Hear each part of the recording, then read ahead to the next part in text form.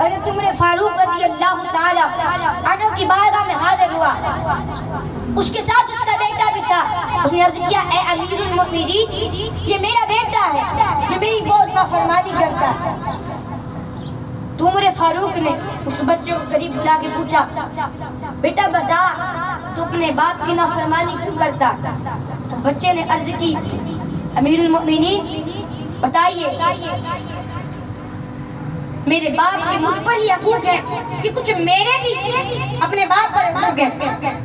حضرت عمر فاروق نے فرمایا بیٹے اولاد کے باپ پر حقوق ہے. پہلا حق یہ ہے کہ وہ شادی کرتے ہوئے دیندار عورت کا انتخاب کرے تاکہ اولاد کو دین کی تربیت دین کی تعلیم گھر سے مل سکے. اور دوسرا حق یہ ہے وہ اپنی اولاد کا نام اچھا اور نیک رکھے. اور تیسرا حق یہ ہے کہ وہ اپنی اولاد کی تربیت اچھی کرے. اب اس بچے نے عرض کیا اے امیر المؤمنین میرے باپ نے ان میں سے میرا کوئی حق ادا نہیں کیا. اس نے بازار سے بکتی ہوئی لونڈی سے شادی کی جس کے اخلاق و کردار کا کوئی علم نہیں. اور میرے باپ نے میری پیدائش پر میرا نام نمج رکھا. نمج اس کیڑے کو کہتے ہیں جو قبر میں پڑتا ہے. اس نے میری کوئی تربیت نہیں کی. عمر فاروق نے جب یہ سنا تو فرمایا اٹھ کر چلے جا, تم نے آغاز غلط کیا ہے. جب تم نے آغاز ہی غلط کیا ہے تو پھر تم کیسے امید رکھتے ہو کہ تمہاری تو فرما برداری کرے گا, بلکہ یہ تو تمہاری نافرمانی کرے گا. اسی لیے شادی کرتے ہوئے اپنی شادی کرتے ہوئے اپنی بیوی کا انتخاب اچھا کرو, دیندار دے کر کرو. کیونکہ اگر تمہاری بیوی نیک ہوگی دیندار ہوگی تو تیری ساری اولاد دین کے رنگ کیا آپ کو یاد نہیں کہ جب حضرت اسماعیل علیہ السلام کو حضرت ابراہیم علیہ السلام نے ایک بہت بڑی بات کی, فرمایا یا بنی انی ارا فی المنام انی اذبحک فانظر ماذا ترى. بیٹے میں نے خواب میں دیکھا کہ میں ذبح کر رہا ہوں, بس تیرا کیا خیال ہے؟ تو حضرت اسماعیل علیہ السلام نے گردن جھکا دی اور عرض کیا قال یا ابت افعل ما تؤمر ستجدنی ان شاء اللہ من الصابرین. آپ اے والد محترم آپ کر گزریے جو آپ کو حکم ہے, انشاءاللہ آپ مجھے صبر پائیں گے. کہ حضرت حاجرہ کی تربیت کی, انہوں نے اپنے بیٹے کی تربیت کی تھی. حضرت اسماعیل علیہ السلام کا مکتب سیدہ حاجرہ تھی. سیدہ حاجرہ کا مرتبہ کیا ہے؟ 3 افراد کا نورانی قافلہ شام سے نکلا. جو آگے بڑھتے ہیں دھوپ کی تبادل بڑھتی ہے. حضرت ابراہیم علیہ السلام نے سیدہ حاجرہ کو جا کر مکہ مکرمہ میں چھوڑ دیا, اور چھوڑ کر جب واپس چلے تو سیدہ حاجرہ نے حضرت ابراہیم کا دامن پکڑ لیا اور عرض کی اے میرے سرتاج مجھے چھوڑ کر کہاں جا رہے ہیں؟ آپ اتنی دھوپ کے اندر صحرا تپتا صحرا آپ میں چھوڑ کر کہاں جا رہے ہیں؟ تو آپ نے فرمایا یہ میرا فیصلہ نہیں, یہ رب تعالیٰ کا فیصلہ ہے. جب اتنی بات سنی تو سیدہ حاجرہ کا ہاتھ ڈھیلا پڑ گیا. آپ حضرت ابراہیم علیہ السلام کا دامن چھوڑ کر کہنے لگی اگر یہ میرے رب کا فیصلہ ہے تو میں رب کے فیصلے پر گردن جھکانے کو تیار ہوں. اگر یہ میرے رب کا حکم ہے تو میں رب کے حکم پر گردن جھکانے کو تیار ہوں.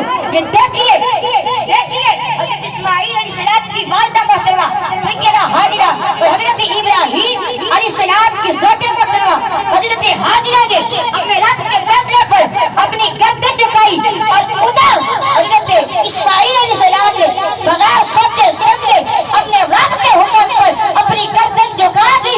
حضرت اسماعیل علیہ السلام کا مقصد سیدہ حاجرہ تھی. آپ نے بیٹے کی تربیت اچھی کی تھی, اپنی اولاد کی تربیت اچھی کرو. جب آپ اپنی علماء شادی کرتے ہوئے اپنی بیوی کا انتخاب اچھا کرو گے تو پھر اولاد بھی دیندار نکلے گی. حضرت خواجہ معین الدین چشتی اجمیر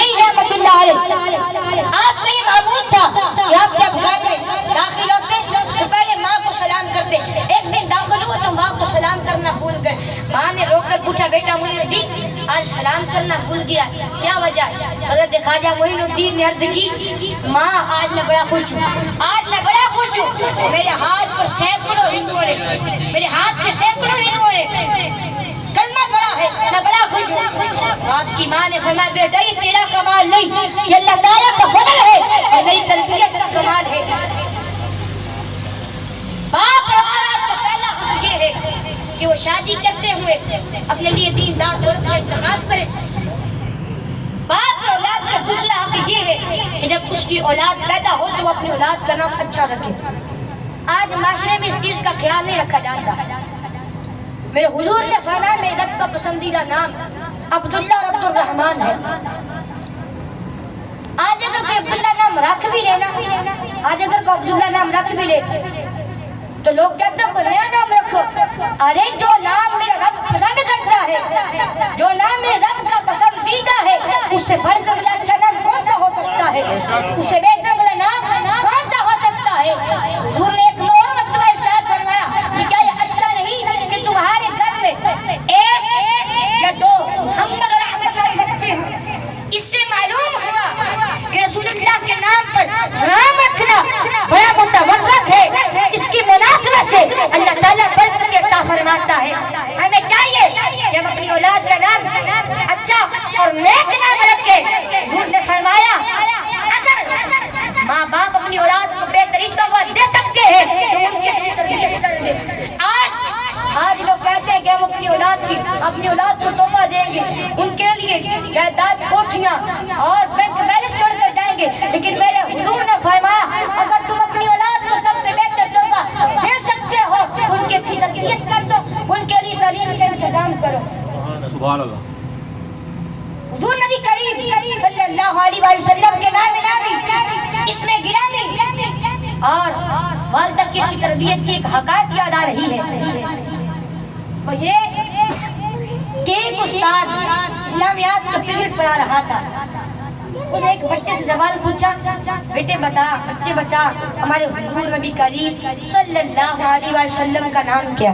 بچہ خاموش ہو گیا.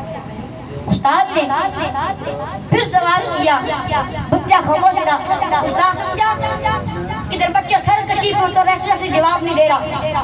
اس نے بچے کو مارا پیٹا, تفریح ہو گئی, لڑکا چلا گیا. جب دوبارہ کلاس لگی تب استاد کے چہرے پر غصے کے آثار نمایاں تھے, آنکھوں سے آنکھیں شعلے نکل رہے تھے. استاد نے دوبارہ پھر اسی بچے سے سوال کیا بتا ہمارے حضور کا نام کیا, اور بچہ کھڑا ہو کر کہتا ہے اس نے پھر ہمارے نبی کریم صلی اللہ علیہ وسلم کا نام نامی اس میں گرامی محمد بتایا.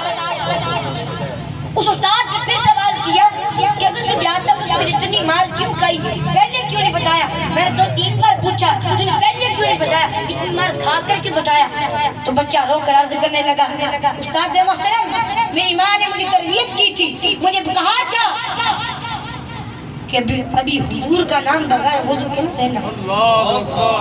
میری ماں نے مجھے تربیت کی تھی کہ کبھی بغیر وضو کے حضور کا نام نہ لینا. وہ بچہ کون تھا جس کے والد نے اس کے لیے دیندار ماں کا انتخاب کیا تھا, اور پھر اولاد کی تربیت بھی اچھی ہوئی ہے.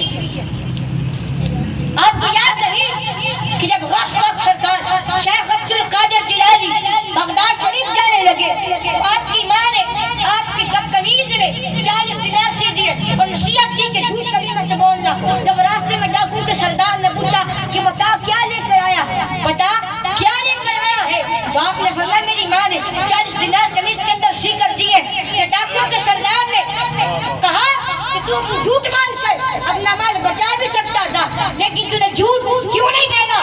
اس وقت سرکار نے فرمایا میری ماں نے مجھے نصیحت کی تھی, میں اپنی ماں سے وعدہ کر کے آیا تھا, میں اس کی خلاف ورزی کیسے کر سکتا ہوں. تو ڈاکو کے سردار نے پوچھا کہ تیری ماں نے تجھے کیا نصیحت کی تھی, کیا نصیحت کی تھی. تو غوث پاک سرکار نے فرمایا میری ماں نے مجھے نصیحت کی تھی, مجھے بتایا تھا کہ جان جاتی میں چلی جائے, میں جانتا تو چلا جائے, لیکن جھوٹ کبھی مت ماننا, اپنے نانا کا پیغام اور ان کی نافرمانی کبھی مت کرنا, ان کا فرمان کبھی مت چھوڑنا, ان کا پیغام کبھی مت چھوڑنا.